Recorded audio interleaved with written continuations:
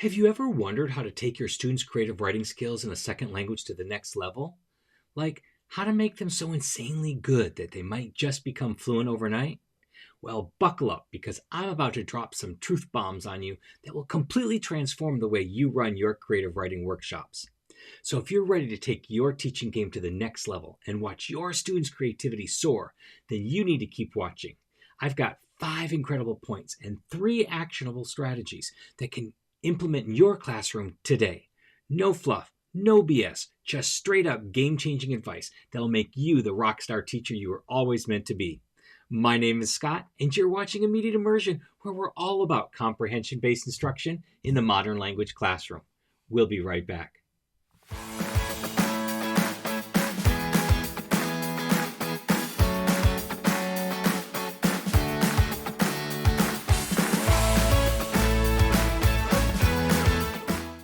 First up, embrace the power of prompts.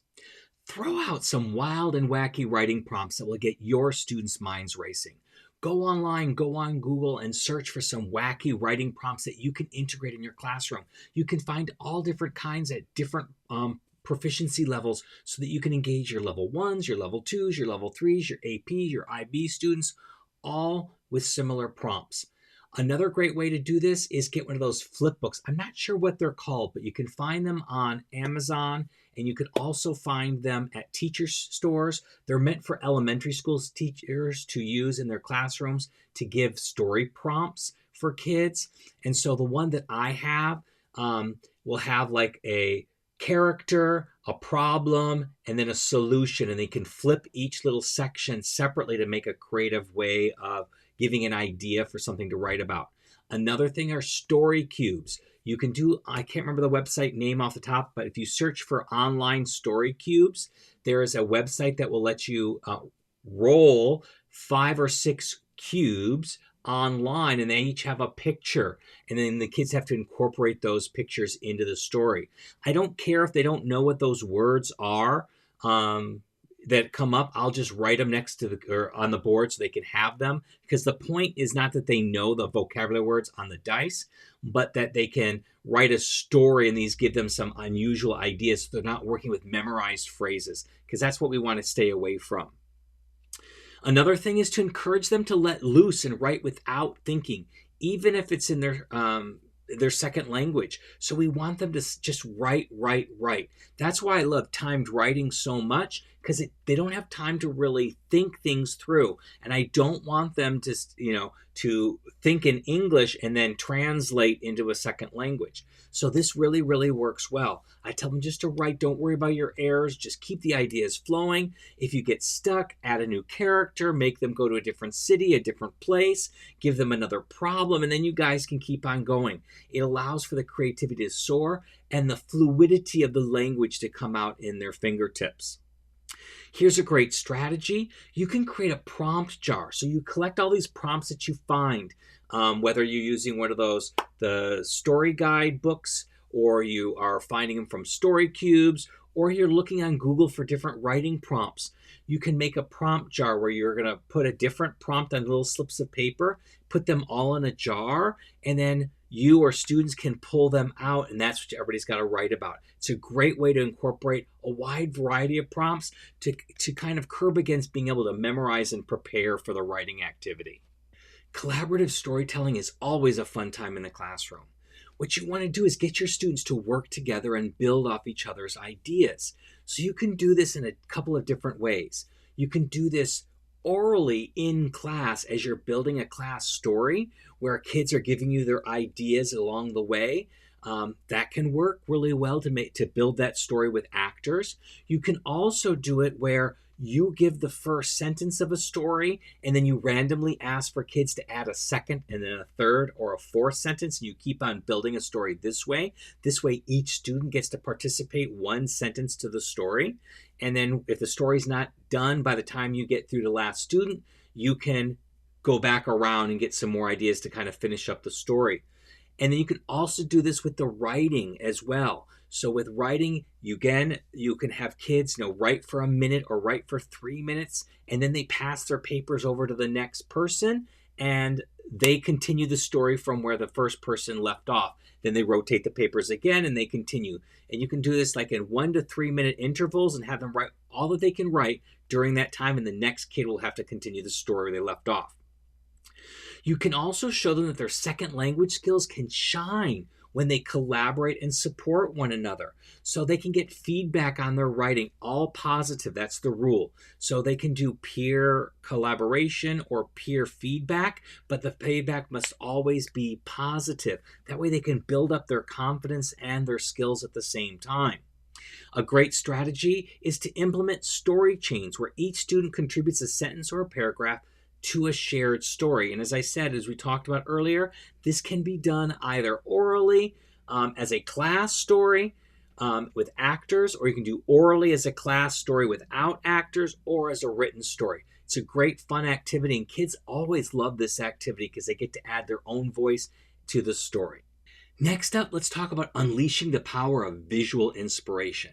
So you can use images, artwork, and even memes to spark your students' creativity. I love doing this. I keep a collection on Google Slides of all different types of funny images that I can use as prompts for writing.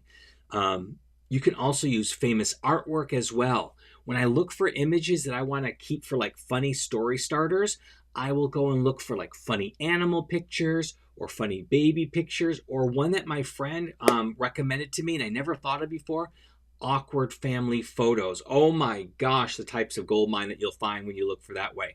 When you find a great picture, save it. Now, as I said, I found it really hard and cumbersome just to save it to a Google Drive folder. I couldn't really see the images and really use them. So what I did is I made a Google slide deck of all my images, and I put a different image on each slide. So I have them all there ready to use, and then I can just project them on the board when I want to. So that's a really great idea.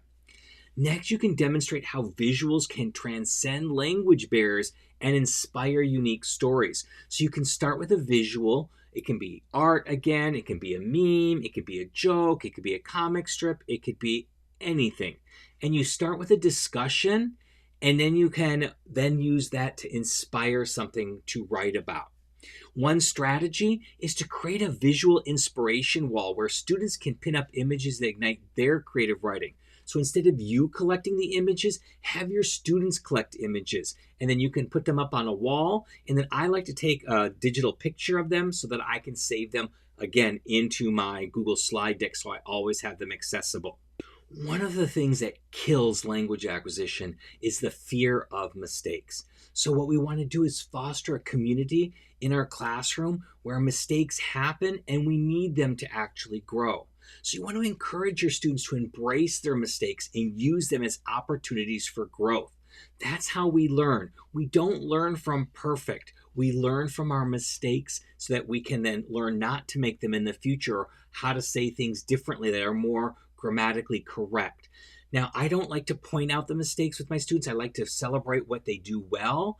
But if I notice common mistakes, I'll make sure that I will give out examples I will use in my language every day, in text, in stories, in writings. I will use the language that I'm seeing that they're making mistakes, but I'll say it in the correct way so they can hear it and be exposed to it, so that they'll be less likely to make those mistakes.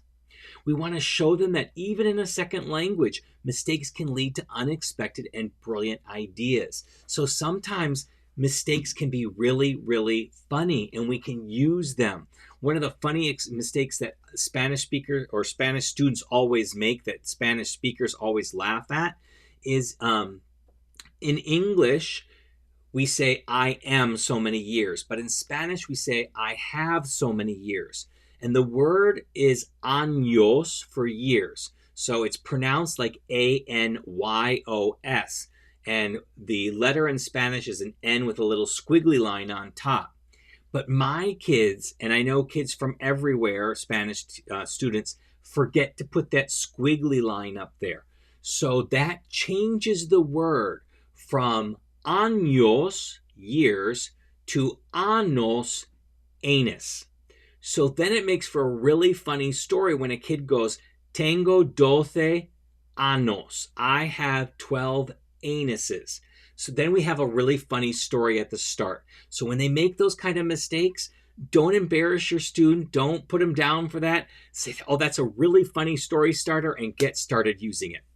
So strategy, implement a mistake of the day where students share their most interesting or humorous writing mistakes and learn from them. So let them share the mistakes that they've made, and then we can all laugh, and then we can learn from them, and then maybe we can use those funny mistakes as story starters. It's a great way to kind of boost up their confidence and kind of lessen the sting of having made a mistake in the first place.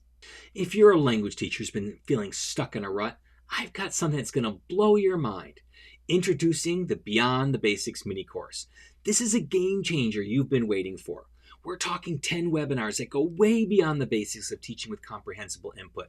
This isn't your average run-of-the-mill course. No, this is the real deal, the secret sauce that will take your teaching and your students to the next level. And the best part, it's only $97. That's right. For less than $100, you'll get access to a wealth of knowledge and strategies that will completely transform your classroom.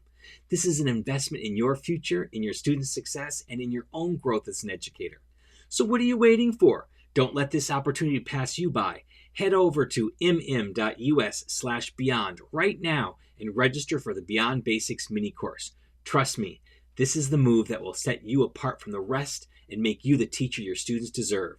Don't settle for mediocrity. Don't settle for being stuck in a rut. Take action, invest in yourself, and watch your teaching soar to new heights. Register now at mm.us/beyond. Your future self will thank you for it. Lastly, let's talk about sharing and celebrating. You want to give your students a platform to share their creative writing pieces with the class. This can be where they share out orally with the story. They can read it to the class and share it that way. Or you can have a bulletin board where you have kids put up the writings that they want to share out and give kids a chance to read through them. Maybe like a gallery wall or a gallery walk so they can show off what they've done. It's a great way for kids to share and celebrate their own successes in writing. You can also create a supportive and encouraging environment where everyone's work is valued and celebrated. So you might pick some highlights that you want to show off. Always get permission from your students, though, before you do that so you don't embarrass them, but always provide a supportive and encouraging environment. Let's boost each other up, boost our students up, and celebrate their accomplishments rather than pointing out the problems with their stuff. So one strategy you can do is host a creative writing showcase where students perform their pieces and receive positive feedback from their peers. And there are different ways to perform it. So that, as I said, they can do a read aloud, they can do a dramatic reading, they might even set up like a little play where they have characters in the classroom act out the story. They can also maybe turn it into like a comic strip or a graphic novel. Lots of different ways for them to show off their writing ability and make it a real successful win. There you have it, folks. 5 powerful points and 3 concrete strategies to take your creative writing workshops in a second language to the next level. I hope you're feeling inspired, energized, and ready to take your teaching to the next level. But before you go, I want to hear from you. In the comments below, share with me the most exciting or surprising takeaway from this video. What's the one thing you can't wait to try out in your own classroom? Let's start a conversation and learn from each other's experiences. And if you're hungry for more game-changing content, I've got your back. YouTube has handpicked 2 videos just for you that will take your teaching skills to new heights. Choose one and discover even more incredible strategies that will make you the rockstar teacher you were meant to be. Don't forget to like this video, subscribe to my channel, and hit that notification bell so you never miss out on more mind-blowing content like this.